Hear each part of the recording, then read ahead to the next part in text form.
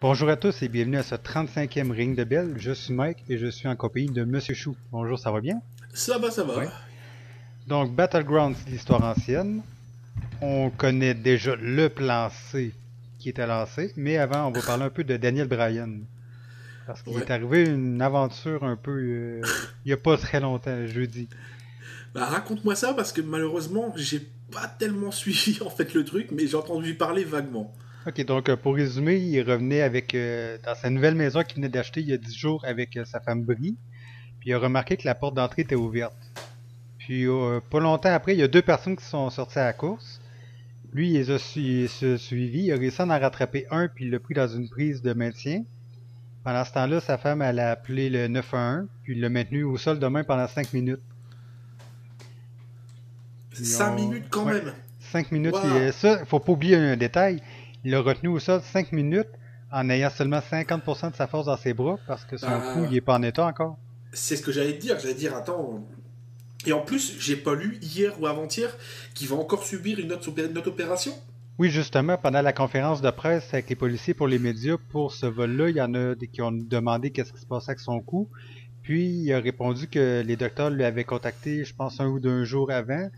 Puis le cou il guérit pas bien. Donc D'accord. vu que seulement la moitié de la force qui est revenue dans ses bras, il va avoir besoin de retravailler un peu les colonnes cervicales. Puis on sait pas encore qu'est-ce qui va se passer. Ok, je suis à 5 en fait parce que cette conférence de presse, j'avais pas compris que c'était pour l'affaire du cambriolage.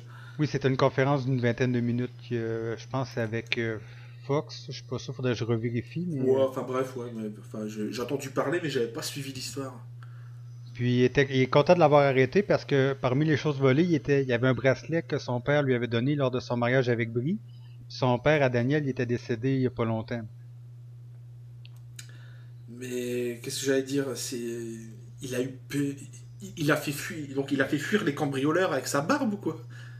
Ben, je sais pas, ben, probablement juste parce que les propriétaires revenaient à la maison. Ben, puis les autres, ils ont dû voir ça, les voleurs, fait qu'ils sont enfuis. Mais d'après qu'est-ce que Daniel Bryan il avait dit dans la conférence de presse, il avait pas l'air de savoir qui il était. Il Ok, avait pas l'air de le connaître en tant qu'une vedette de la télévision. d'accord. Bon, quelque part, ça va m'inciter à faire pousser la barbe, si ça peut faire fuir les méchants. Ils vont te prendre pour un motard. Bah, je fais déjà pousser le bouc à la Stone Cold, donc bon, quelque part. Mais bref, c'est une histoire qui finit bien malgré tout, même s'ils n'ont rattrapé juste un. Bah, Mais carrément. ouais. Puis il se dit, ouais, en même temps, il se dit chanceux parce qu'il savait pas qu'est-ce qui aurait pu arriver, parce qu'il aurait pu avoir des armes aussi. Ouais, enfin, il y a eu de la chance aussi de tomber sur deux crétins, hein, qui sont allés. Ils ont tenté de voler des choses un peu comme ça au pif. Mhm. Qui Mais s'ils seraient tombés sur des gens un peu plus expérimentés et un peu plus méthodiques, ils les auraient jamais retrouvés. non, donc Regarde, yes. j'ai une de mes voisines, elle s'est fait cambrioler parce qu'en fait, j'habite au-dessus d'un commerce, donc en fait, en dessous au commerce, ils habitent pas là, ils habitent à quelques kilomètres. Ma voisine, en rentrant chez elle, elle a mis 1 heure et demie, je crois, ou 2 heures pour comprendre qu'on l'avait cambriolé.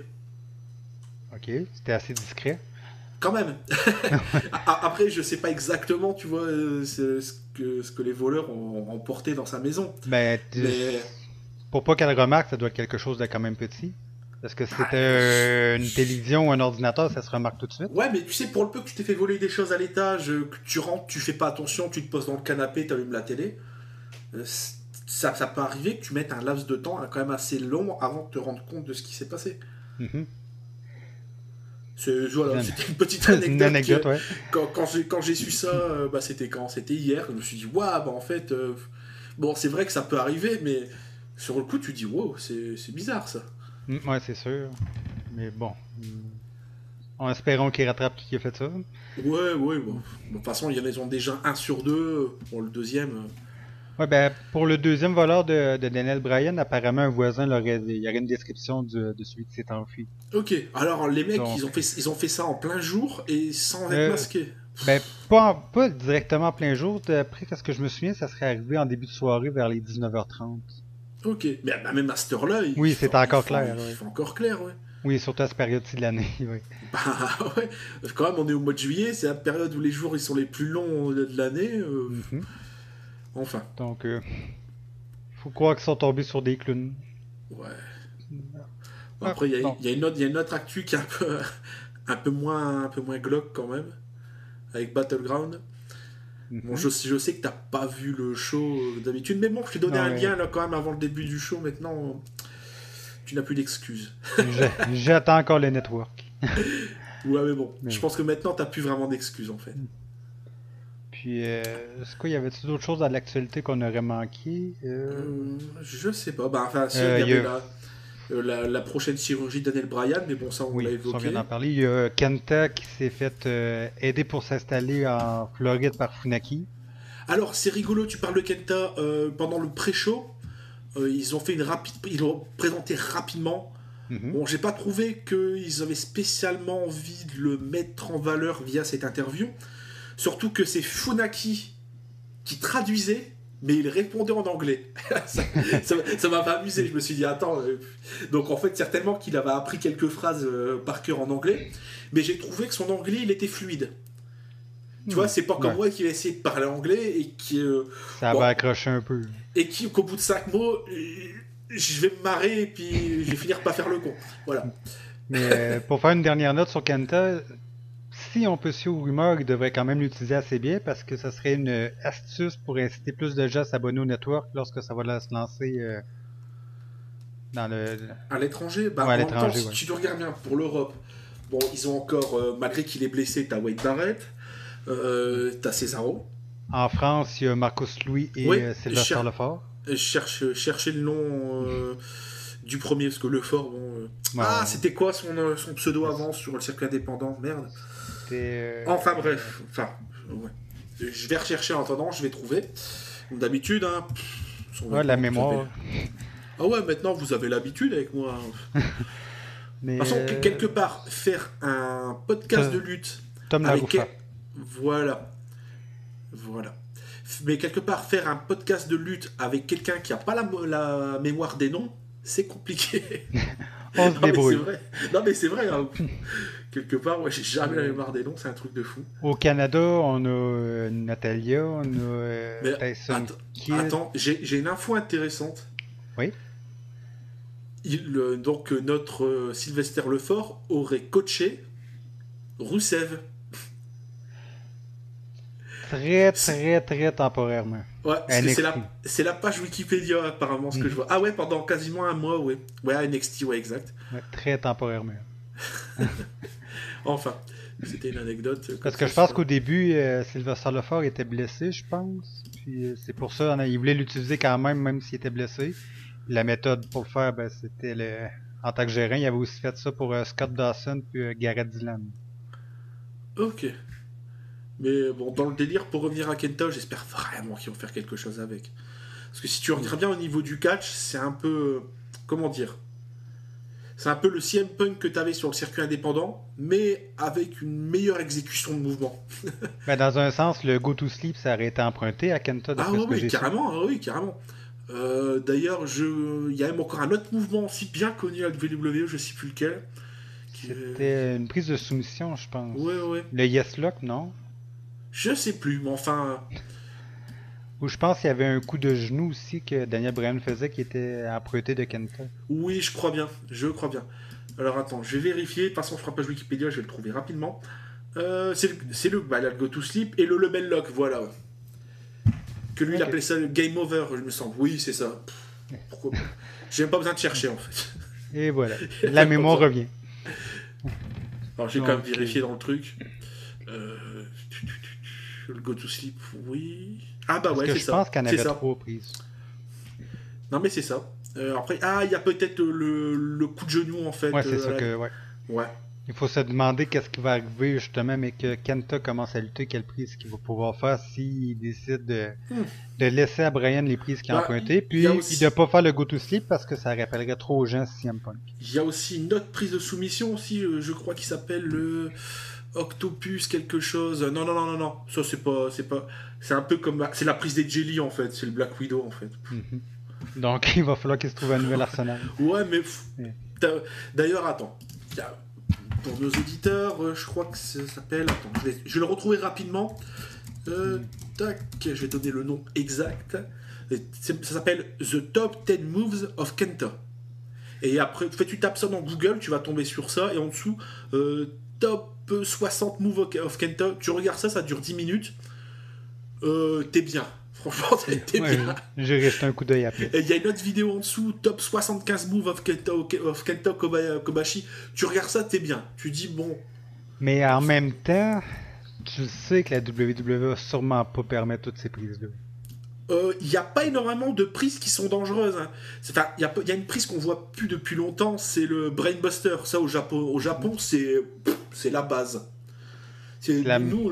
C'est-à-dire que nous, les German Suplex, eux, chez eux, en fait, ils en font quasiment, ils en font pas dire quasiment jamais, mais c'est beaucoup plus rare.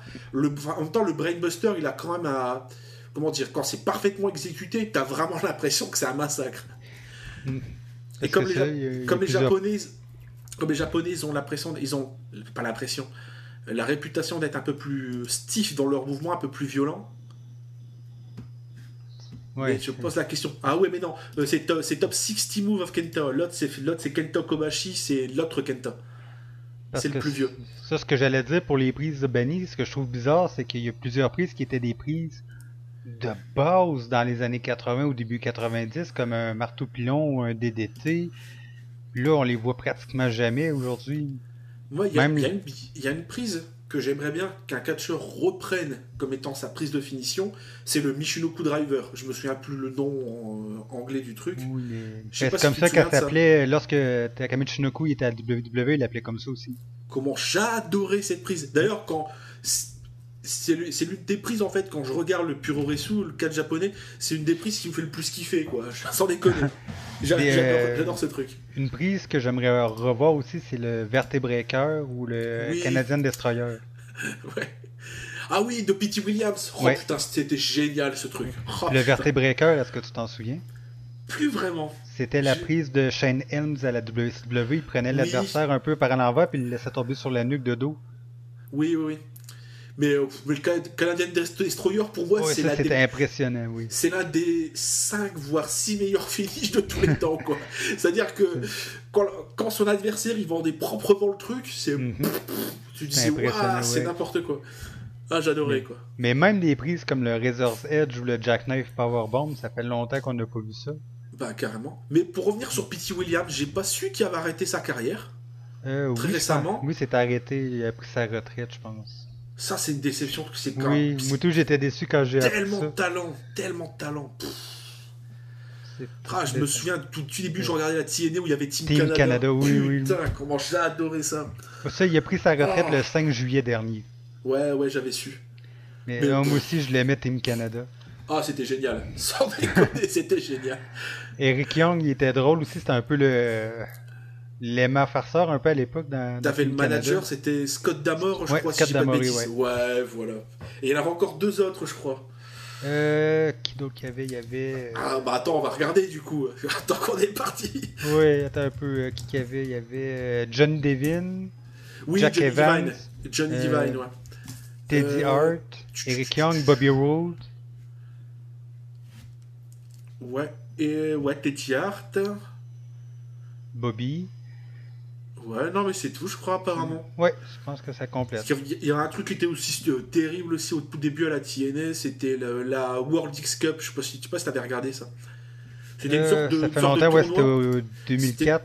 Ouais, c'était une sorte de tournoi, en fait, si tu préfères. Il faisait venir des équipes de l'étranger. Alors, t'avais Team Japan, Team Mexico, Team USA. Ouais, un peu Canada. Comme un tournoi international, un peu comme la WCW avait fait au début des années 90. Ouais, mais là, c'était un peu sur les règles, en fait, quasiment d'une ligue, en fait, si tu préfères.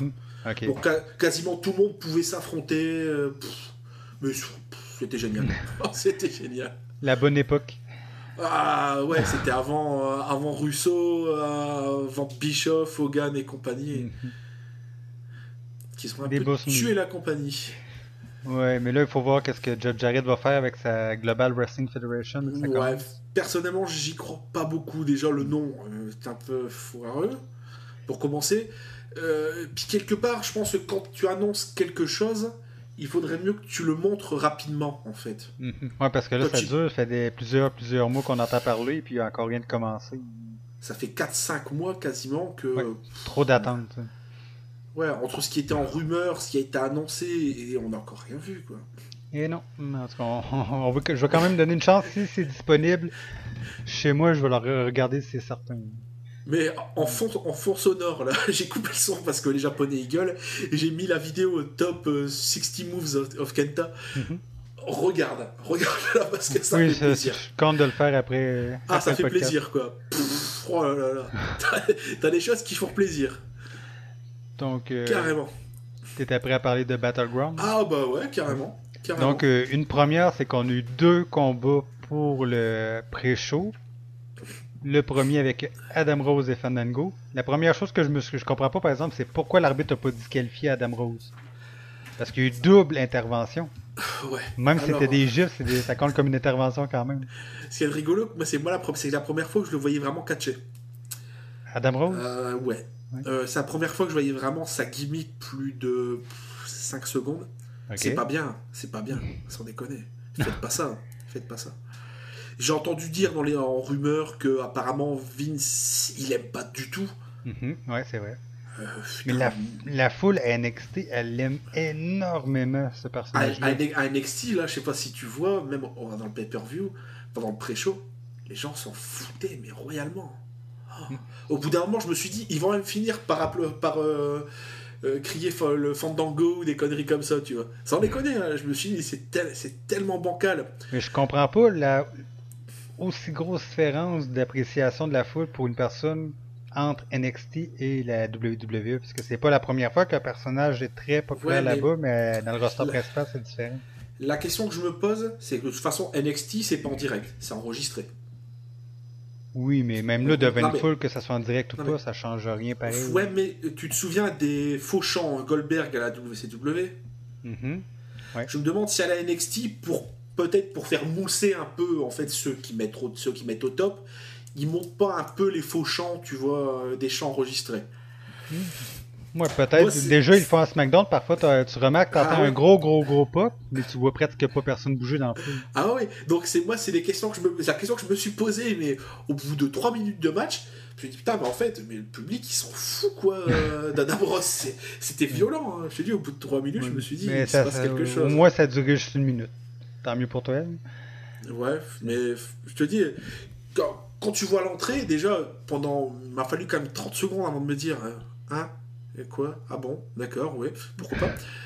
Et, tout le long de l'entrée, je disais, putain, mais en fait, mais le public, il a l'air de s'en foutre, mais royalement. Et franchement, quand le match était terminé, soulagement. Je me suis dit, bon, au moins, on va pouvoir passer à autre chose. Ouais. Mais, Puis l'autre chose, ça aurait pas été mieux parce que c'était Cameron contre Naomi. ouais, mais quelque part, ça, normalement, c'est la pause pipi, tu vois. Donc tu peux pas en vouloir à ça. Tu peux pas en vouloir parce que Cameron et Naomi, c'est pas deux lutteuses, on va dire de carrière en fait. C'est pas Edgely, c'est pas Natalia, c'est pas Beth Phoenix, c'est pas Lita, c'est pas. Enfin, je vais pas dire Trish Stratus parce que Trish au début, Non, c'était c'était pas ça. C'était Kanzai au début. au début, c'était un peu une potiche blonde qui mettait là parce que. Elle faisait des magazines pour les maillots de bain et la lingerie. Oui, voilà, parce que si elle était bien roulée, qu'elle parlait correctement au micro, et avec le temps, ben, elle s'est dit aussi qu'elle allait y mettre du sien pour améliorer aussi un peu le niveau. Oui, puis ça, j'apprécie ça, l'effort, parce que c'est pas tout le monde qui le fait non plus. Carrément, parce que surtout quand tu vois les débuts et quand tu vois les 2-3 dernières années qu'elle a fait. C'est le jour et la nuit. C'est même elle quasiment qui tirait la division vers le haut avec Lita, quoi. Oui, mais dans le fond, c'est grâce à son amélioration pour Talon de Lita qui sont devenues les deux seules femmes à avoir fait le main event de Raw aussi.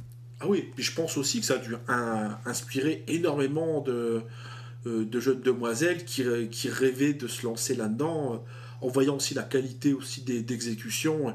Et il faut dire aussi que tu avais des histoires aussi qui étaient pas trop mal ficelées, et derrière ça assurait dans le ring. Hein. Moi j'adorais, hein. Je me dis franchement, il ressort demain un DVD, je vais pas dire que je vais l'acheter, mais je le regarderai quoi. Ça c'est clair et net. Ouais, comme sa rivalité avec Mickie James était quand même assez bonne aussi. C'était pas mal, mais malheureusement le début de l'histoire était un peu bancal.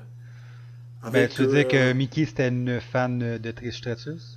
Ouais, mais comme la WWE à cette époque-là, ils étaient avant l'époque PG, il fallait forcément qu'ils calent quelque chose d'un peu osé, ouais. C'est pas d'un peu osé, faut forcément provoquer pour vendre. Alors que si tu regardes maintenant, ils provoquent plus, et je suis persuadé qu'ils vendent autant. Oui, mais dans le fond, ceux qui disent que la WWE était meilleure seulement quand c'était 13 ans et plus, pourtant la WWE a été 13 ans et plus seulement pendant quoi 5 ou 6 ans maximum. Tout le restant de l'existence était tout le temps général ou pour tous. Puis il réussissait quand même à faire des histoires qui étaient très bonnes. Les rivalités avec Shawn Michaels, Bret Hart, c'est arrivé pendant une période PG, puis c'était bon. Exactement. Ou encore l'époque Hogan Warrior, c'était une des rivalités qui a fait le plus parler à l'époque. Pourtant, ils n'ont pas eu besoin d'utiliser d'obscénité ou quoi que ce soit, puis ça faisait parler quand même. Dans le fond, ça prend juste le talent pour réussir à vendre, ça prend pas juste de la provocation, parce que la provocation, dans le fond, ça peut être plus du vide que d'autres choses. Exactement. Voilà, on est totalement sur la même longueur d'onde. Enfin, on va peut-être essayer de revenir à Cameron. Oui, Cameron Naomi. Cameron Naomi, bon, c'était pas mal. C'était pas génial non plus. Non, surtout qu'ils font l'effort pour séparer l'équipe. Il faudrait quand même qu'ils s'amènent quelque part. Oui, mais j'ai pas l'impression qu'il y en a une des deux qui va bénéficier d'un push ou quoi que ce soit. À suivre. À suivre, surtout qu'il y en a quand même d'autres qui sont apparemment sur la liste, qui sont sur la liste et qui mériteraient d'avoir un push et qui n'ont rien. On va citer deux, Natalia, déjà pour commencer. D'ailleurs, on la voit plus beaucoup en ce moment. Hein. C'est Natalia, pour tout de suite, est comme un peu dans une histoire avec Tyson Kidd à NXT où lui, il a pris les nerfs un peu parce qu'il a perdu, il a bousculé un peu. Puis, ok, ouais. Ça tourne un peu autour de ça présentement. Mais pourtant, elle vient d'une excellente famille de lutteurs. Il devrait l'utiliser un petit peu plus souvent, au moins à Raw de temps en temps. Puis t'as ça, puis t'as aussi Alicia Fox, qui je trouve pas trop mal au micro. Dans le ring, ça dépend. Ça dépend quand elle a un adversaire qui est un peu plus expérimenté et talentueuse. Mais je me souviens d'Alicia Fox contre Naomi, c'était à NXT, ou c'était Naomi ou Cameron, c'était l'une des deux. NXT... c'était pas bien. C'était il y a quelques années, c'était pas bien. Mais parlant d'NXT, il y a quand même un bon roster féminin présentement. Faut quand même l'avouer, là. Ça va très bien. Quelque part, ils sont obligés d'avoir des lutteuses de talent pour choisir, entre guillemets, après les plus médiocres. C'est ce qu'ils font, en fait. Hein. C'est vrai. Ils ont pris l'autre, là, celle avec les cheveux rouges, là. Eva Marie. Voilà, je me souviens jamais de son nom, tu vois, c'est violent. Pourquoi ? Parce qu'on la voit jamais dans le ring. Ou alors quand on la voit, c'est tellement médiocre que on se dit finalement on va oublier.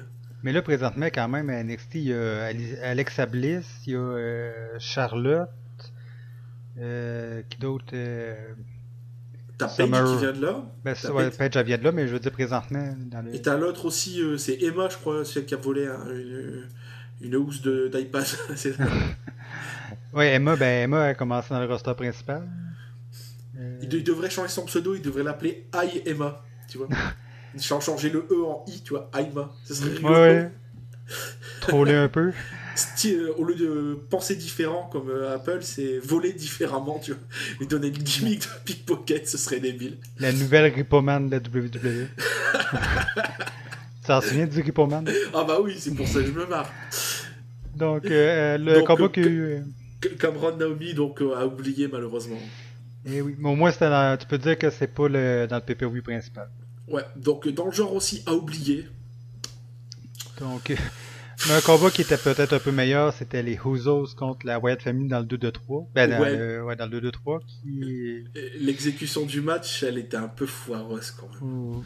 Surtout que pourtant, les combats qu'il avait fait précédemment, ils avaient quand même été assez bien critiqués. La critique était bonne. Là, c'était pas bien. C'était pas bien, sans déconner. Au point qu'après le premier tombé, je me suis dit, bon, c'est plié. On va quand même continuer à regarder, mais c'était pas bien. C'était pas bien. En fait, j'espère juste une chose, c'est que la rivalité, elle est terminée parce que ça fait 2 ou 3 pay-per-view qu'on en mange. Mais c'est un peu comme un plat qui est ou trop épicé ou trop fade, dont les gens voudraient pas, mais que le restaurant continuerait à vendre. Mais pour continuer avec les Usos, il y a quelque chose que je suis sûr de comprendre avec eux parce que c'est des babyface, c'est supposé être des gentils. Mais j'ai l'impression que de plus en plus ils trichent, comme lundi dernier, ils ont fait un changement illégal pour pouvoir distraire pour faire le tomber sur l'adversaire puis gagner comme ça. Ça a plus l'air d'être des tactiques de méchants que des tactiques de gentils. Ouais, enfin c'est... Quand je pense que c'était un mois, il se plaignait que c'était pas le bon, que c'était fait river les épaules au sol. Il avait recommencé le combat à cause de ça, en leur donnant le bénéfice du doute. Ouais, c'est... Il commence à agir en heal pas mal. Je sais pas. Enfin, personnellement, déjà que la division par équipe, ils vont tellement n'importe où que c'est difficile de comprendre quoi que ce soit, en fait. C'est que ça n'a tellement pas de sens ce qu'ils font. C'est violent, c'est violent. Donc au bout d'un moment, on se dit oui, et puis on va passer à la suite. Enfin, quand je dis on passe à la suite, c'est ce que je me dis quand je vois ces matchs-là, parce que ça m'inspire rien de bon, faut être honnête. Mais ça aussi, ça me déçoit que ce soit aussi mauvais, parce qu'on a déjà parlé avant, mais Parce que il y a en fait, moyen de faire du bon. bien Je sûr, mais comprends pas. quand tu vois la rivalité, tout est mauvais. Faut être honnête. Le rythme Oui. dans le ring, c'est pas bon, c'est pas bien. Là, tu regardes l'exécution du combat, premier tombé, la Wyatt Family. Et quand j'ai vu ça, je me suis dit, obligé que les Usos récupèrent leur ceinture. À la limite même, je vais pas dire que j'aurais applaudi un changement, mais j'aurais dit, bon, au moins, allez, ils auront un combat revanche à Raw le lendemain, et puis on n'en parle plus. Mais pour tout de suite, il y a plus d'équipes à NXT qu'il y en a à la WWE, mais j'ai hâte.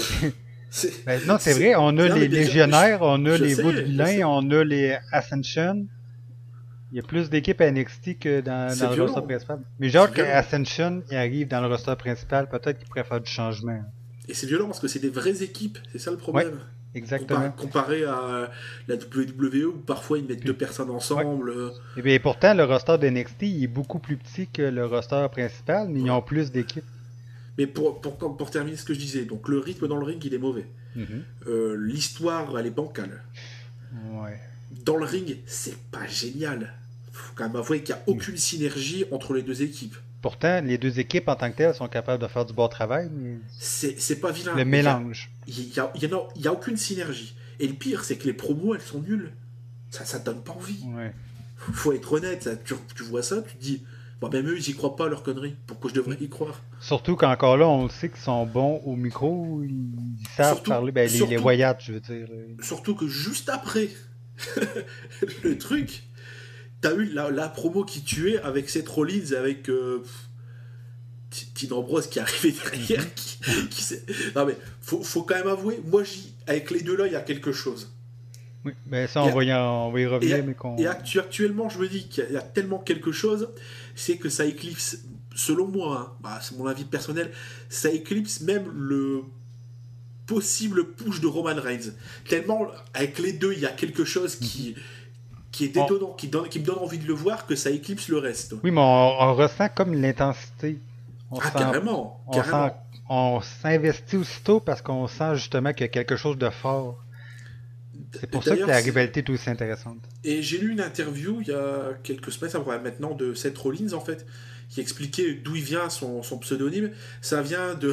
C'est rigolo parce que quelque part j'aurais pu m'en douter, mais j'avais pas fait le rapprochement. Ça vient d'un chanteur en fait, d'un groupe de punk hardcore que lui et moi on adore particulièrement, qui s'appelle Henry Rollins, qui était chanteur dans les Black Flag, et après il a fait des choses un peu moins punk. Ah zut, c'était le Henry Rollins Band tout simplement. C'est génial tout simplement. Donc c'est un peu un hommage au groupe pour que... carrément, oui. Et tout simplement il disait que Rollins ça venait de là et que Seth parce qu'il aime bien le prénom, tout simplement.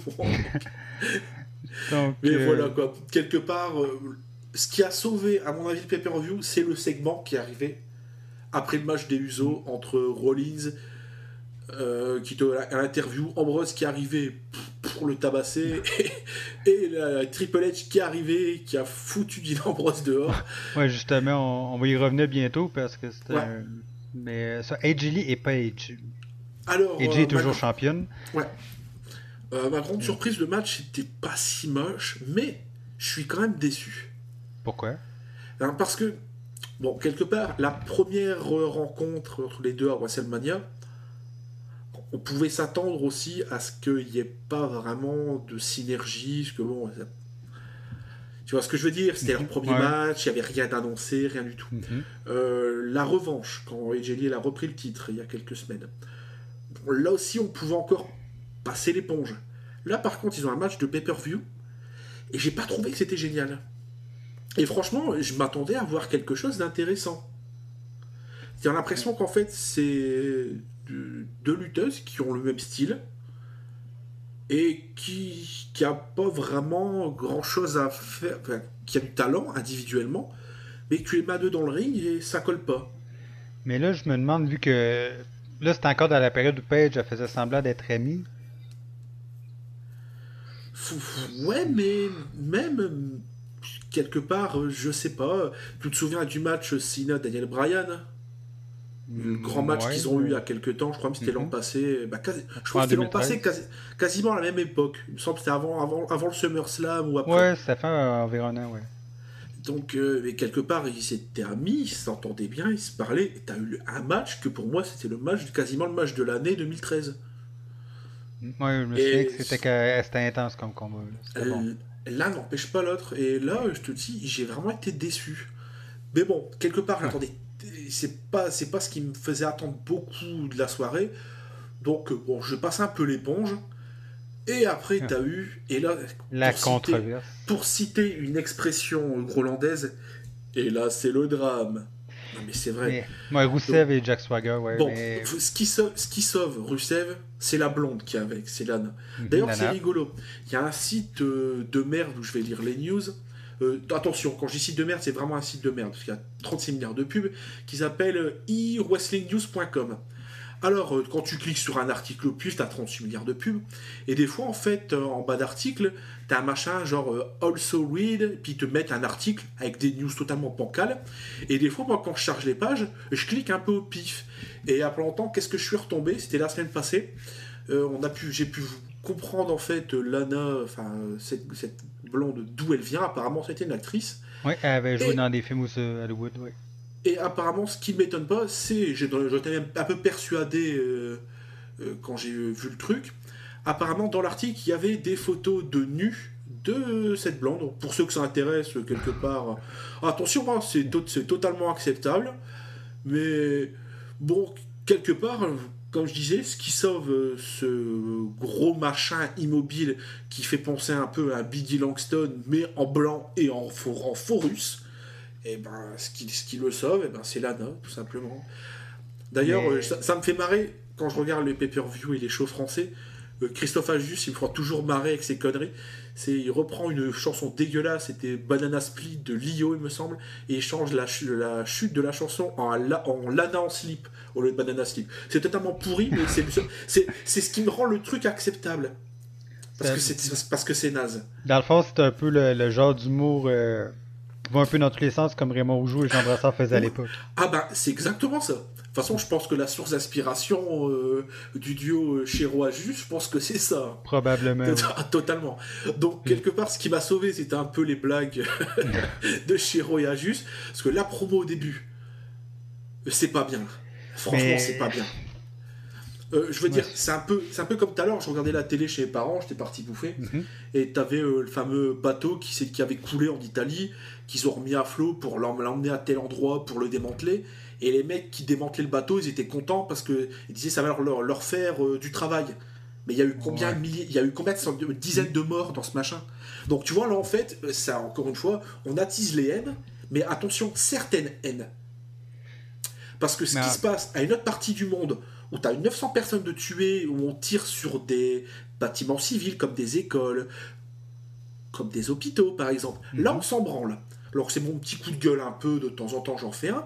Donc là on s'est dit tiens, bon l'Ukraine, ouais allez, hein, mettre le truc. Surtout que on ne sait pas vraiment ce qui s'est passé, mais bon, on va pas s'empêcher de le dire. Hein. Donc voilà, j'ai trouvé que c'était non seulement ridicule, mais que s'il n'y avait pas la blonde, putain, les fans auraient chanté certainement Boring beaucoup plus tôt. Probablement, mais en même temps, tu sais que la WWE, vu que tu l'écoutes depuis longtemps, tu sais qu'ils aiment se servir des tragédies pour inclure dans les Ah, histoires. Ils ont fait la oui, même bien chose avec sûr. la guerre du Golfe, ils ont fait Avec le 11 septembre aussi, ouais, avec le le 11 personnage de septembre, Muhammad Hassan. puis Mais Mohamed Hassan, quelque part, je trouvais que c'était mieux réalisé. Parce que dans le ring, il savait quand même bouger. C'était pas totalement bidon. Là, Rusev, je suis désolé. Tu mets Rusev et Biggie Langston dans le ring, moi, je fais mes bagages et je m'en vais dormir. Hein, sans déconner. C'est pas bien. ça va Et là, finir par arriver un jour, par exemple. ah ouais, oui, j'en suis persuadé. Et là, le match entre lui et Swagger, c'était pas bien. C'était pas bien. C'est violent. Ouais. Et c'est même con à dire, mais Swagger n'a rien pu faire pour sauver le truc. Parce que je pense que c'est quelqu'un qui a quand même du talent. Hein. C'est pas Oui, ben, totalement. il y a quand même un background de lutte Et je pense, amateur. et je pense que si quelque part il n'avait pas aussi la passion, il se serait cassé déjà depuis longtemps. Mhm, probablement. Mais là, t'as-tu entendu dire la rumeur de quel genre de combat il devrait avoir au SummerSlam? Non, c'est fait-moi rêver. Un combat de drapeau. Oh Le flag non. match. Ouais. Moi j'ai une idée, c'est remettre le match de la WCW avec les boîtes accrochées au En frais du Apple, ring. oui. Mais n'importe quoi en Apple match. Ouais, ce Judy serait bien. Bagwell en Apple match. Viagra en Avec... Apple match. Alors j'ai une idée, tu vois, dans la première boîte, tu mets une photo de l'Iron Chic. Bah, je sais pas si tu te souviens, dans Oui, le je m'en fameux souviens, match. les fameuses caisses, puis qu'il en brise une pour trouver la ceinture, puis il y avait toutes sortes d'affaires qui se passaient. Il y avait même des caisses qui étaient descendues avant même qu'il y ait le temps Ah d'être ouais, touché. dedans il y avait un gant, il y avait une photo de Scott Hall, Oui, et dans oui. le troisième je sais plus ce qu'il y avait. Et dans le Ouais. quatrième, là c'était la ceinture qui était tombée, et c'était un photographe au bord du ring qui l'avait ramassé. Donc techniquement ça aurait dû être lui le Techniquement, oui. champion. Après David Donc, Arquette, le photographe. non, c'était... Non, mais Comment il David s'appelait? Arquette, il était champion lui aussi. Oui, oui, oui, oui. Tant qu'à Comment il, nommer s- n'importe qui champion. comment il s'appelait ce photographe? Enfin bref, hein, Bon, oui. faut pas C'est pas s'amuser à vraiment ça. important, mais... Ça, il y a dû avoir un run de champion de 4 secondes. Non mais voilà, Rusev Jack Swagger, franchement, c'est pas bien. Grosse. C'est pas bien. Mais, Mais je pense qu'avec le temps, ils vont finir par passer à autre chose. Parce que quand ils rentrent sur le ring, j'ai pas l'impression que le public le siffle. Tu vois ce que je veux dire?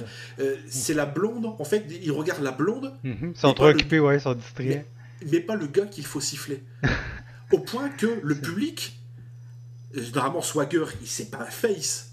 Mais Avec, depuis avec sa 2-3 gimmick, semaines, avec sa gimmick We the People, c'est normalement pas censé être un truc oui, que, mais que le public devrait applaudir dans la façon dont ça a été fait depuis le départ. ouais, je sais, c'est fait de façon raciste parce qu'il rejette tous les immigrants.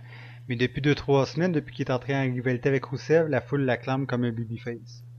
En fait, j'ai pas l'impression que c'est lui qu'ils acclament. Tu comprends? C'est J'ai plus le l'impression. USA USA. Ouais, je pense qu'il y a déjà il y a ça. Et il y a aussi le fait que Rousseff c'est tellement pas terrible que quelque part, mais c'est quand même bizarre parce que normalement, quand t'applaudis quelqu'un dans une rivalité comme ça, un peu faussement patriotique parce que ça reste de la lutte, Mhm. t'applaudis quelqu'un et tu siffles l'autre. Tandis que là, j'ai l'impression Ouais, qu'ils ben, applaudissent. on va... J'ai vraiment l'impression qu'ils applaudissent Swagger, si tu préfères, pour le fait d'applaudir Swagger. Mais ça, on va en avoir le cœur net dès que sa rivalité avec Rousseff va être terminée, puis il va entrer en rivalité avec quelqu'un d'autre. On va voir la réaction de Ouais, la foule, si ça ouais, continue à être positif ou si c'est de retour au négatif. exactement. Puis, parlant de déception un peu, moi, c'est le combat Rollins-Ambrose qui a pas eu lieu. Qu'ils Ah, moi, fassent j'étais ce genre tout. d'histoire-là où qu'un combat est annulé Ah, dans une Rose. émission, ça me dérange pas, c'est Ah, normal, pareil. mais là, c'est un pay-per-view. Là, les fans, s'ils n'ont pas le network, ils payent présentement dans les 50$ pour voir Battleground. Moi, je Il n'y a suis pas le dans... combat. C'est Ah, mais dommage. je suis d'accord avec toi. Pour moi, c'est un peu de la publicité mensongère, quoi. En même temps, ils se cachent derrière la carte peut changer sans préavis. Oui, oui. Mais c'est quand même un peu de l'arnaque pareil parce que c'était pas pour une cause de blessure. Les deux, ils étaient présents à l'aréna. Ça me fait chier, mais dans l'idée, ça amène quelque chose que tu vas vouloir voir au SummerSlam. Oui, ça, je te Tu l'accorde. C'est pour comprends? ça que je te dis que si ça s'était passé pendant un C'est... Raw, un SmackDown, Ouais. 100% pour, justement pour la raison que tu viens de dire, parce que ça Ouais, crée mais encore plus d'attentes pour le combat plus tard. ça Mais aurait peut-être eu moins d'incidence, moins de... Ouais, il y aurait peut-être eu moins d'attente si ça avait été fait lors d'un Raw ou d'un SmackDown. ouais, je sais pas, mais en tout cas, je trouve Enfin, ça un moi, peu décevant la façon que ça a été exécuté. j'ai été un peu déçu aussi, mais dans l'idée, bon, Mais je te l'accorde pareil pour la raison qu'il a faite, ça je le comprends que c'est pour créer plus d'attentes pour SummerSlam. Puis en même temps, je comprends aussi que ça va être leur période de renouvellement pour le WWE Network, fait qu'il va essayer de faire quelque chose de gros pour emmener les gens à renouveler leur abonnement. Et, bon, si tout ce qu'ils font tourne autour du simple fait des réabonnements du network, on a un problème. ouais. Alors, du Ouais, coup, ouais, il est monté dans le ring. L'arbitre a dit que, machin, il était déclaré gagnant par forfait. Voilà. Donc, ce qui nous amène au prochain match Jericho-Bray Wyatt. ouais, Victoire de Jericho. ouais, D'ailleurs, il me semble que je l'avais prédit, ça. Je suis plus sûr, mais mais ça a il me été un peu une semble bien. surprise. D'après ce que j'aurais lu, ça a été une décision de dernière minute. Ah, ok. Le match était pas trop mal. Mais encore une fois, je pense qu'il est possible de mieux faire. Mais Mais, c'est tout le problème quand tu montes quelqu'un qui est basé sur une grosse gimmick et que derrière, c'est pas préparé de longue date. tu veux dire que la Donc, rivalité a pas été assez préparée longtemps? ouais. Ouais. Je pense que quelque part, ils auraient dû peut-être préparer ça d'un peu plus longtemps et laisser un peu plus de temps, tu vois, peut-être dans les house shows à Jericho et Wyatt, tu vois, de... Ouais, gagner de la chimie un peu. Voilà, ouais. C'est Ouais, justement à ça que ça sert les shows aussi pour préparer pour les gros pay-per-view. ouais. Donc quelque part, moi, ça m'a quand même déçu. Bon, Mais, après, j'attendais pas spécialement grand-chose du match, faut l'avouer. Faut dire aussi mais- que j'étais tellement déçu en fait qu'il n'y ait pas eu le match entre Rollins et ouais, Ambrose mais que ça peut avoir changé la perception du reste de la soirée. ouais, ça m'a un peu tué. Donc du coup, on est Ouais. passé après à la bataille royale. Ouais, la bataille royale pour le nouveau championnat continental Alors, je avec pense, ouais, le Moneymaker a gagné. ouais. Alors, je pense que si on avait dû Le mettre un Miz. sous-titre à la bataille royale, c'est d'une déception à une autre. C'est vrai, Hmm. c'est vrai. Bon, quelque Ben, part, donner la ceinture aux Miz parce qu'il y a une promo de film à faire, admettons. mais même là, Admettons. Mais j'ai eu l'impression que là, c'était fait pour faire du troll sur les fans. C'est un peu pour leur dire, t'as vu, Dolph Ziggler, il y a quelques années, il y a quelques temps, il pouvait avoir le c'est- titre, voilà, dernière minute, maintenant c'est rattrape. un jobber Ah, glorifié. voilà, bah là, t'as Hmm. vu, il a fait gagner le titre. Eh ben, tu vois, on se fout de ta gueule. Eh ben, personnellement, je vais pas dire que je l'ai mal pris, parce que bon, c'est que de la lutte, mais je l'ai pris comme ça. Je l'ai pris comme ça. Je me suis dit, ça, c'est un putain de troll. Mais C'est juste fait pour troller la gueule, et puis. en même temps, il y aurait une autre raison si on se fie aux rumeurs pour laquelle le Miz aurait gagné la ceinture. Premièrement, parce qu'il est en rivalité avec Sheamus, qui est le champion des États-Unis. Ils vont pas Puis, unifier les titres au moins, la rassure-moi. rumeur a dit ça, qu'il y aurait une unification des Oh ceintures. putain. C'est de la merde, sans déconner, c'est de la merde. Quoi, Faut pas faire ça. tu trouves qu'il n'y a pas assez de ceintures? Bah, c'est pas ça, c'est que si tu donnes un titre à quelqu'un, forcément tu le donnes pas à l'autre, c'est logique.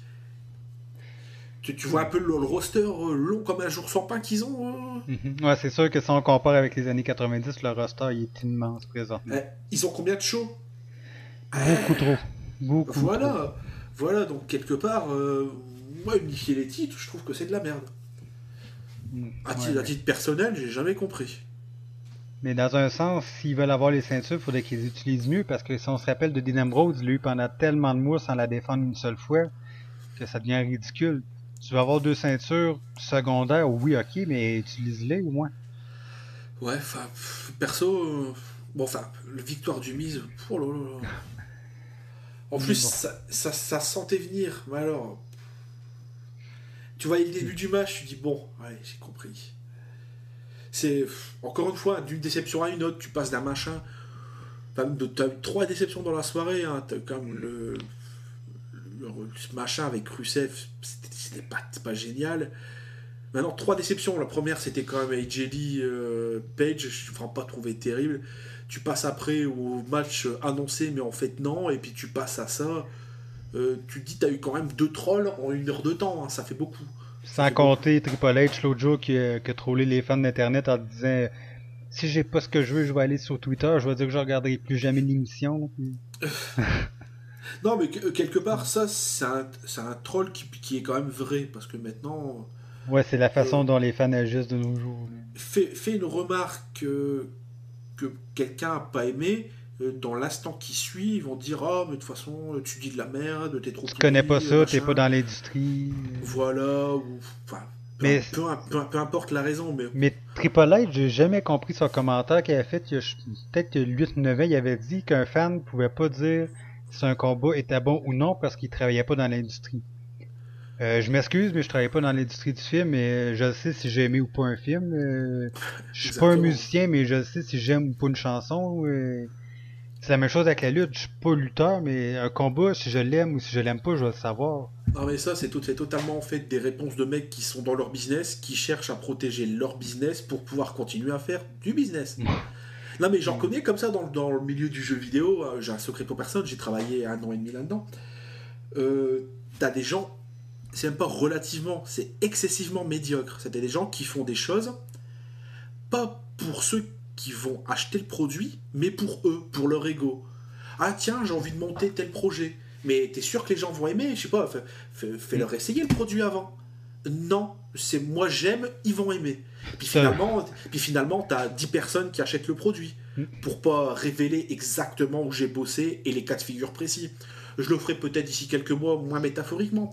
Mais voilà quoi, c'est ça, quand tu fais un truc que tu vends, allez, 2 000 € à une municipalité qui achète le truc et que t'as 10 personnes qui viennent, Ouais, ça regarde mal.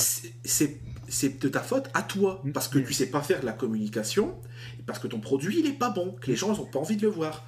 Donc voilà, c'est tout le problème des mecs qui sont dans un business, qui cherchent à protéger leurs intérêts au détriment de ceux qui vont payer pour voir, acheter un produit ou regarder, que ce soit dans l'industrie de la musique ou du film. Et ça, je pense que c'est un problème qui va jamais aller en s'améliorant. Non, plus que ça avance, plus ça en peut, mais ça me rappelle ce que j'avais lu il y a un temps. Il y avait des scripteurs des scripteurs de la WWE, qui disaient que il écrivait le show pour plaire à Vince McMahon parce que c'était lui qui avait la dernière note. Oui, mais pas Donc, vraiment. si t'es... Non, je sais, Ouais. mais ça revient à ce que tu viens de dire. Si t'écris un spectacle juste pour avoir l'approbation d'une personne, qu'est-ce que tu fais des millions d'autres qui se vendent d'avoir comme spectateurs? Ouais, ouais. Et à mon avis, c'est tout le problème. Ouais. Surtout quand les gens te lancent un message très précis en te faisant comprendre d'une façon directe ou moins directe qu'ils ne veulent plus voir telle personne ou telle chose. Ou alors qu'ils te disent ben, ce truc-là, d'accord, mais autrement. Mais ça, ces mecs qui sont dans le business, ils n'arrivent pas à le comprendre. Ils n'arrivent pas à le comprendre. Et moi, j'ai été confronté à ça, je te dis, pendant 3-4 mois, où tu as des gens qui sont butés, mais incroyablement. Tu pourrais, sans déconner, prendre un marteau et dire, bon, maintenant, tu vas m'écouter, sinon je te mets un coup sur la tête. Et les mecs, ils se capables de dire, mais non, parce que moi j'ai raison. Je m'en fous de ce que tu as à dire. Ça m'est arrivé une fois lors d'une réunion où j'ai eu quelqu'un qui a fait une crise d'hystérie. Tout ça parce que je lui disais, mais attends, comment tu veux que je vende ton truc si j'ai rien de concret à proposer au client? Et le mec a fait une crise, je promets, d'hystérie au point que tu as 3-4 personnes, 3-4 filles qui ont eu peur, qui depuis refusent d'être dans la même pièce que le mec, parce que le mec il tremblait tellement il s'énervait. Wow. Je te promets. Alors que le gars, juste parce que je lui disais, attends, mais si tu veux que j'aille voir le client, d'accord. Mais dis-moi ce qu'il faut que je lui vende, puisqu'on a investi là-dedans. Donc donne-moi au moins un dépliant. Mais en fait, le mec est tellement persuadé que ce qu'il fait c'est génial, il se dit j'ai pas besoin de le vendre. Ça va forcément se vendre. Tu comprends un peu? Oui, ben on dit surtout qu'on est la pire autocritique. C'est pour nous-mêmes. On est le pire juge pour nous-mêmes. Exactement. Mais ce qu'il y a de pire, c'est quand les gens prennent les critiques comme étant de la haine. Voilà, de la haine. Comme il dit Dieudonné. Non mais sans déconner, c'est ça. Non, moi, j'ai été confronté à des gens comme ça, où peu importe la critique que tu fais, même en disant, bah écoute, ça c'est bien, mais on peut l'améliorer, et ben en fait, voilà, t'es quasiment un troll, quoi. Voilà, c'est du troll. Ça, pour moi, dans les critiques, comme on pourrait dire, négatives, moi je les sépare en deux catégories. Soit que la personne qui va critiquer juste pour parler en mal, ou il y a la personne qui va donner une critique négative, mais en apportant quelque chose de constructif pour essayer de nous aider. Exactement, mais quand t'as quelque chose qui est bancal de A à Z, à part, entre guillemets, prendre les gens par les cheveux et mettre le nez, tu sais, comme un peu comme le chien qui a fait pipi sur le tapis, à part faire ça, il y a des cas de figure où t'as pas le choix, parce que les mecs, ils ne veulent pas comprendre. Et c'est violent quand t'es confronté à des mecs comme ça. C'est la confrontation, tu sais, un peu. Tu dis quasiment à un moment donné, le mec qui va mal prendre un truc, ça va partir en cacahuète. Donc au bout d'un moment, tu te dis, tu veux faire ton truc pourri? Fais ton truc pourri. Débrouille-toi.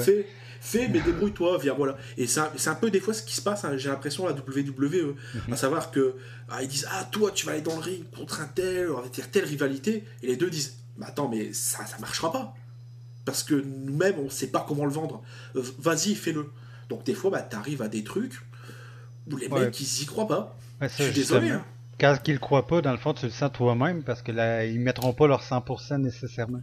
Et ça me rappelle un cas, à mon avis, qui a un cas d'école, c'est le cas Owen Hart avec le Blue Blazer. Ben, C'était de il la merde. détestait ce c'est- personnage-là. C'était de la merde. Et en plus, c'est ce qui l'a tué, hein, faut être honnête. Ben, S'il a pas demandé de descendre d'un putain de filin pour parodier Sting et le fait qu'il descendait par un filin dans le ring, il sera encore là aujourd'hui. Hein. il est arrivé plusieurs choses. Premièrement, c'est que là, je vais juste parler au nom des rumeurs que j'ai lues. Je sais pas si c'est la vraie histoire ou pas, mais Owen aurait refusé de faire un scénario parce que ça aurait été une histoire d'adultère où il y aurait une aventure avec des bras. Mais lui, ses enfants, ils regardaient l'émission à l'époque, puis il voulait pas que ses enfants se demandent pourquoi que papa il embrassait une autre femme que maman. Ouais, Et parce qu'il avait j'ai entendu parler refusé, aussi de ça, ouais. parce que il avait refusé pour le punir, ils lui ont remis sa vieille gimmick de la fin des années 80 qu'il détestait. Puis c'est là qu'ils ont eu l'idée de le faire descendre par un corps, mais la compagnie trouvait que le temps de détacher le harnais, c'était trop long, ça faisait pas de la bonne télévision. Ils ont mis un harnais, ça serait un harnais, je pense, pour les bateaux. Ouais. Et c'est là que l'accident est arrivé. Donc voilà, quoi. Quelque part, quand tu demandes à faire quelque chose à quelqu'un qu'il n'aime pas, voire qu'il déteste, et qui sait d'avance que ça va être de la merde, ça peut mener à tout et n'importe quoi, y compris Ouais, à des choses très dramatiques. exactement, ouais. À savoir la mort de quelqu'un spirituellement, parce que le mec, après ça, il est cramé, il est cuit, il peut plus rien faire, ou Mais la mort physique. est-ce que je vais te raconter une histoire que j'avais lue dans le livre de Jimmy Corderas, qui était un ancien arbitre à la WWE, Oui, je me souviens de lui. Ouais. je sais pas si tu le savais, mais l'incident, justement, le soir où Owen est mort, aurait pu être doublement tragique. Ah bon? Parce que c'était Jimmy qui était sur le ring ce soir-là pour ce combat-là. Puis il a juste eu le temps d'entendre Owen dire tasse-toi, tasse-toi. Puis là, il s'est tassé, puis Owen il est rentré à la place qui était dit ça, même pas 3 secondes avant. D'accord. Donc s'il aurait pas créé Owen, il aurait pas créé ça, il aurait pu avoir deux personnes qui auraient été. Ok. Non, mais voilà, quoi. Comme quoi, quand t'as des mecs qui veulent pas écouter, ça mène à rien de bon. Hmm. Le pire, c'est Et que quand ça mène à rien de bon, bah, t'en viens à remettre toujours, en fait. T'en reviens, au bout d'un moment, quand tu vois que ça fonctionne pas et que tu viens à comprendre ça par toi-même, t'en reviens à ce qui marche. Mais ce qui marche est obsolète. Parce que t'as pas pris le temps de le faire ouais. évoluer. Et c'est ce qui est là, la métaphore que je viens de faire entre mon boulot et John Cena, elle est frappante. Et ben, la John Ah, Cena, c'est on va faire vrai, le lien. c'est vrai, Ouais, on va faire c'est le vrai. lien. C'est vrai, il y a un lien. Quand tu montes quelque chose tout en haut qui ne marche pas ou qui est cassé, bah, t'en reviens à remettre en fait ce que t'avais avant qui marche un peu. Mais depuis, comme tu l'as pas amélioré et que ça a vieilli, le produit est devenu bancal. Surtout que John Cena, ça fait 10 ans qu'il a pratiquement le même personnage aussi. Ah, bien sûr, Aucune oui. évolution, aucun turn, aucun rien du tout. Puis ça vient la même chose qu'Hulk Hogan. Hulk Hogan, c'était Bah, devenu stable, là, lui son affaire, parce que ça faisait combien d'années qu'il était babyface, puis il c'est était le exactement ce que j'allais même te dire. dans le même moule. Mais aussitôt qu'il est devenu heel, ça a complètement changé, ça a repoussé sa carrière de plusieurs années parce que les fans étaient de nouveau intéressés à lui. Oui, mais ça, pour Sina, ça n'arrivera jamais, ça on le sait. Oui, parce que c'est une machine à argent avec les enfants. Oui, Puis mais pas aussi que, pour les visites aux enfants malades à l'hôpital. mais pas que pour ça, c'est surtout qu'ils ont personne à mettre à la place en tant que babyface qui va durer 10 ans. Ils ont Ben non, mais personne pour ça. ils sont peut-être pas obligés de le durer 10 ans, ça peut être 5 ans aussi. Ouais, mais enfin, ils ont personne pour ça, sur le long terme. Puisqu'ils changent tout constamment d'avis. Ouais, c'est vrai que Regarde, c'est toujours des coups de dé, ouais. un lutteur comme Orton, combien de fois il a changé de gimmick? Combien de fois? Attends, t'as eu le Orton en slip bleu, comme je l'appelais à ses débuts. T'as eu le Randy Orton de l'évolution. Ben t'as eu le Legend Killer, Legend Killer. T'as eu après le Viper. mec, voilà, le mec tatoué un peu chelou. Et puis t'as le mec qu'on a actuellement en corporate. Attends, ça fait au moins 6 et je suis persuadé qu'il y en a encore d'autres. Et entre-temps, au sein de ces changements de gimmick, il y a eu combien de turns? Euh, Face, 2725,24. c'est pas compliqué. Face à ses débuts. Évolution, il. Face, il me semble qu'il a arrêté Face à une époque et il a Avec, retourné il après avec le gang. en équipe, Comment ça. en équipe avec Edge, est-ce qu'il était Babyface ou Hill, je m'en souviens plus. C'était plus ou moins ambigu tous les deux. Tweener, ouais. Ouais. Donc voilà, quoi, quelque part, au bout d'un moment, t'as des gens, t'en reviens plus à savoir s'ils sont heel ou face, et tu peux pas les positionner sur le long terme pour, entre guillemets, des événements caritatifs, ou même tout simplement pour faire de la promo pour un produit. Donc, Est-ce qu'ils sont pas crédibles? si je résume, t'es déçu que John Cena ait remporté le combat dimanche. Non, Non? parce que quelque part, je me dis que ça aurait pu tomber sur Orton, alors que c'est ce que je te disais. En fait, Ouais, pour continuer l'analogie que je faisais tout à l'heure, c'est que c'est un peu comme si Orton, ils l'ont poussé pendant des mois, ça n'a pas marché, c'était même les indices d'écoute étaient loin d'être géniaux, et au final, regarde, si tu regardes bien là, Reigns, il est pas prêt, Kane, c'est mort, ils avaient deux solutions. Si tu analyses le truc un peu naïvement, c'était Cena ou Orton. Ouais. Donc qu'est-ce qu'ils ont fait? Au lieu de donner le truc, au lieu de donner la ceinture sur le choix bancal qui n'a pas marché ces derniers mois, ils l'ont donné à quelque chose, à quelqu'un plutôt si tu préfères, qui fonctionne, mais qui a fonctionné il y a longtemps. Donc maintenant c'est un peu obsolète. Donc ça va être une transition. Mais ça me fait rire un peu qu'il annonce Randy Orton comme le plan C pendant quelques secondes lundi. Ah bon? J'ai pas encore vu Raw en fait lundi. Mais ça, juste avant d'y venir, John Cena, est-ce que tu savais que peut-être sa carrière de lutteur achève? De toute façon, faut être honnête, il est sur la fin, donc je pense qu'à mon avis, d'ici 1 ou 2 ans, on le Non, mais pas à cause de ça. Quoi. Ah bon? Parce qu'il va faire encore. Il y a 2 films de prévus à faire. Puis si les films ont du succès, il penserait à devenir acteur à temps plein comme le Rock. Ouais, pourquoi pas? Pourquoi pas? De toute façon, il faut être honnête, ça m'a l'air d'être quand même un bon gars, ça n'a pas l'air d'être quelqu'un de méchant, un connard ou quoi que ce soit. Bien au contraire, ça a l'air d'être même quand même un type assez sympa. C'est un peu le monsieur tout le monde, mais qui fait du bodybuilding. Mais il faut être honnête, déjà, je vais y revenir. Je l'ai jamais vu dans un film, mais bon, vu que le mec au micro il gère, je sais pas pourquoi il serait pas un acteur correct, on va dire. Donc moi j'espère pour lui que ça fonctionnera. Hein. Mais t'as pas vu aucun de ses films? Non, sans déconner. Ben, c'est pareil, hein, même les films de avec Steve Austin dedans, j'ai pas vu. Hein. Ok. Le Rock, il y avait le retour de la momie qui a fait plus ou moins un petit carton chez nous, donc ça je l'avais vu. J'ai vu le début, il était dans la Fast and Furious, je crois, non? Il était dans. Je pense qu'il a fait. Je pense qu'il est rendu à 2 puis il vient de finir son 3e. Ok, je l'ai vu dans. Allez, je suis rentré chez un ami, regarder le film, donc j'ai vu un peu. Bon, la voix française, elle était bancale. Donc, quand t'as tellement l'habitude d'entendre la vraie voix d'un type pendant des années, puis tu le vois ça change, c'est compliqué. Mais tu devrais voir. Il a fait 4 films. Si je devrais t'en recommander juste 2, je dirais 12 Rounds puis The Marine. 12 Rounds. 12 épreuves en français. Ouais, non, mais je vois quoi. Le Marine, je pense que j'ai un ami qui l'a en DVD. Faudrait que j'aille voir s'il a ça chez lui. Lequel The Reunion, je l'ai trouvé vraiment mauvais, personnellement. C'est le premier, je crois qu'il a. Son premier qu'il a fait, c'était The Marine. Ah ouais, il me semble puis, bien. L'autre, c'était quoi? C'était Legendary. Lui, il était moyen. Mais bon. J'essaierai de voir quand même, peut-être pas pour le scénario, mais peut-être pour voir Sina un peu sous un angle différent. Mais voilà. Donc, quoi, c'est tout le problème actuellement, c'est que t'as une relève de qualité qui est là, faut quand même être honnête. T'as des mecs qui sont là, aussi en milieu de carte, qui crèvent de faim, ouais. parce qu'ils ont pas de spot à manger.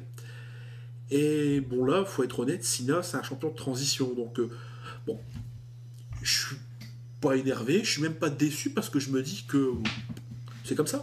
Faut prendre son mal en patience de toute façon. Puis je voudrais revenir rapidement sur à peu près. Pour tout, j'ai 2 points en mémoire pour Raw. Le premier, c'est qu'il y a je vais afficher les résultats en attendant, parce que j'ai pas vu. Okay. Mais le premier point que je veux parler, c'est qu'il y a un nouveau clan qui a commencé à se former lundi dernier. Ah bon? Un clan qu'on avait même parlé un peu quand c'était dans les rumeurs. Je sais pas si tu vois duquel que je peux parler. Non, mais fais péter, ça m'intéresse. Okay.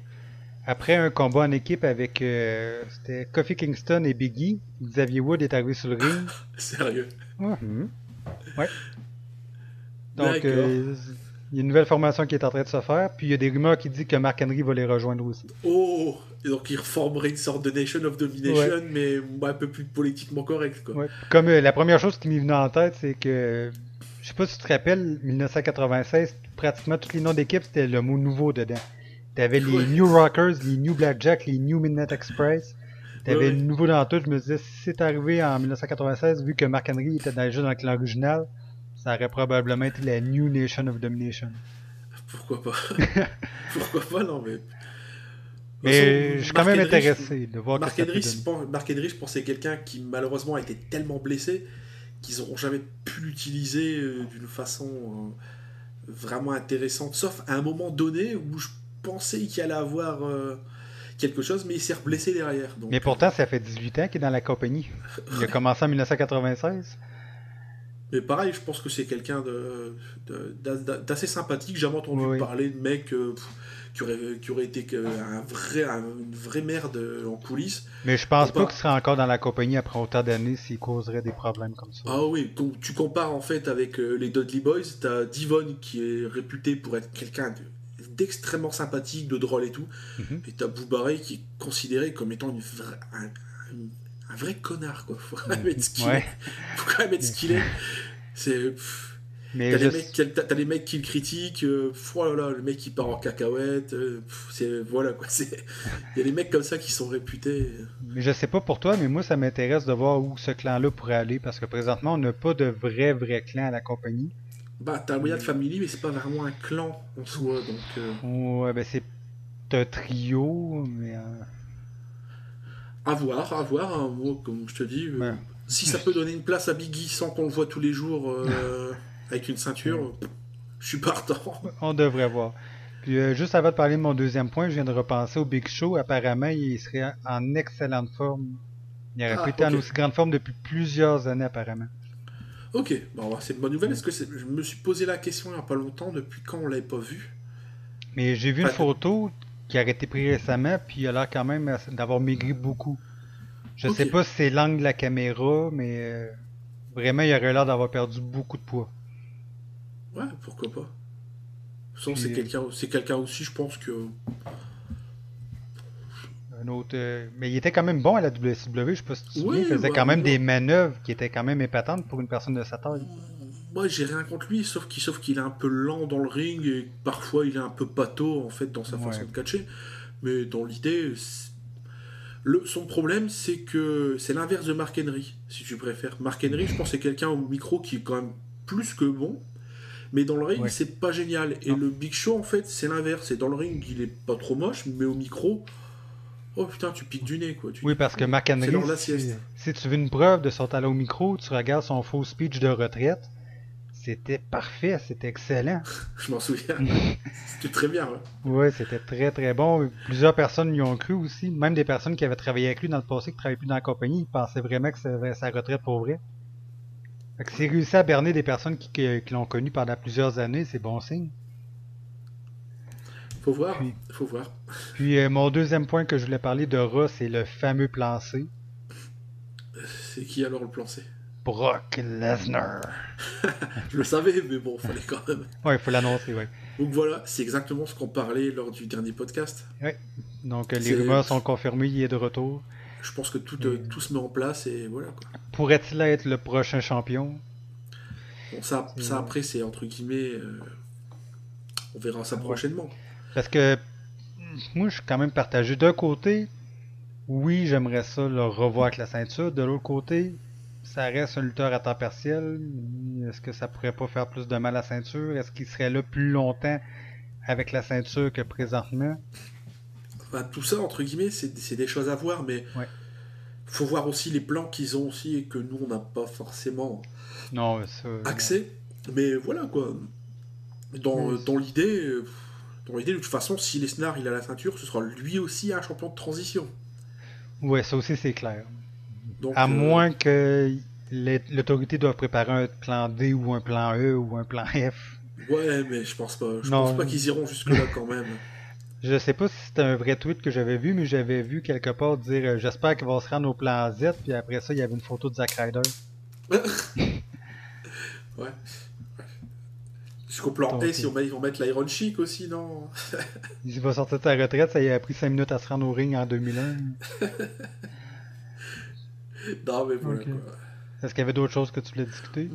Pas vraiment, Non? pas vraiment. On Non. s'organisera un petit podcast peut-être un peu plus travaillé au niveau des thèmes, parce que là c'était vraiment une réaction. Oui, là, on était à l'improvisation tout le long. Bah, c'est pas vraiment, parce que bon, on avait pris quand même quelques petites notes rapidement, mais c'était vraiment un podcast de réaction Oui, d'après à Pay-Per-View. Battleground, ouais, voilà. Et je pense que maintenant, bon, on peut peut-être l'annoncer, non? Ouais, tu peux le faire. Ouais. Bon, mettre dorénavant, on va s'arranger pour faire 2 podcasts par mois. Un prédiction et un derrière où on verra en fait les thèmes, on essaiera de varier. Ouais, Ce qui- ce les qui plans est- présentement, ça serait réaction au pay-per-view, puis peut-être un peu l'actualité courante. Voilà. Pour résumer. Et puis si on a aussi, je sais pas, un petit sujet qu'on a envie de discuter tous les deux. Et Oui, puis, on se laisse la liberté des sujets, dans le fond. exactement. Il n'y a rien de coulé. Donc, merci de nous avoir écoutés. Bah merci. Et puis merci à Monsieur Chou d'avoir fait le podcast. merci. Bah j'allais te dire merci. C'est fait. Merci Mike. Donc, ça fait plaisir. On se reparle très bientôt. Allez, salut. Salut.